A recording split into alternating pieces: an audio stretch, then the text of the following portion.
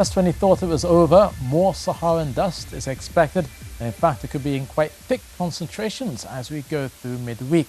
Of course, Tobago, they're beginning to already see some of that haze in terms of those smaller particles. They're now at a yellow level. Trinidad was at a reasonably green level, so not much activity here, but that's all set to change from Wednesday. We're looking at a thick plume of Saharan dust coming across the Eastern Caribbean on Wednesday, lasting through Thursday, and eventually pushing up towards the Dominican Republic and Haiti through Friday. We may begin to see the tail end of some of that Saharan dust by Friday, but all the while there will also be quite windy conditions ahead of that Saharan dust plume. So overnight in Tobago, a few brief showers are set to linger, at least for the first part of your night. But once to get into Wednesday morning, looking for that thick Saharan dust to come through with quite windy conditions as well, especially along the hillsides of Tobago as you go through your Wednesday. And that will be the order of the day continuing into Thursday. Similar conditions expected for Trinidad. A few early morning showers are favoring western areas of Trinidad for the most part. And then you'll see all of that Saharan dust making its way across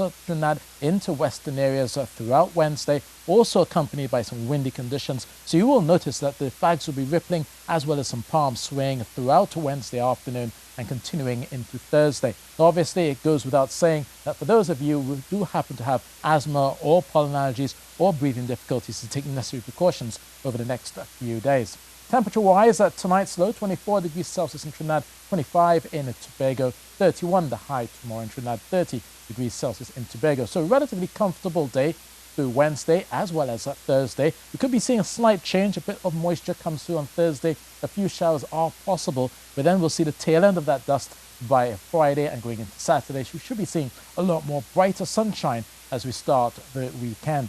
Now, offshore, there's fresh winds will likely be becoming strong at times, and the Met Service does advise small craft as well as bathers to exercise caution. We're looking at those fresh easterly winds up to 20 knots, beginning to rip the seas, bringing rough seas at times, maybe 3 meters out there in the Atlantic, maybe a touch higher than that the further east you head. And there's a mix of swells, northerly at about 18 seconds offshore, and then more easterly swells of 9 seconds. But there will be that mix as you go through Wednesday and possibly fading through Thursday.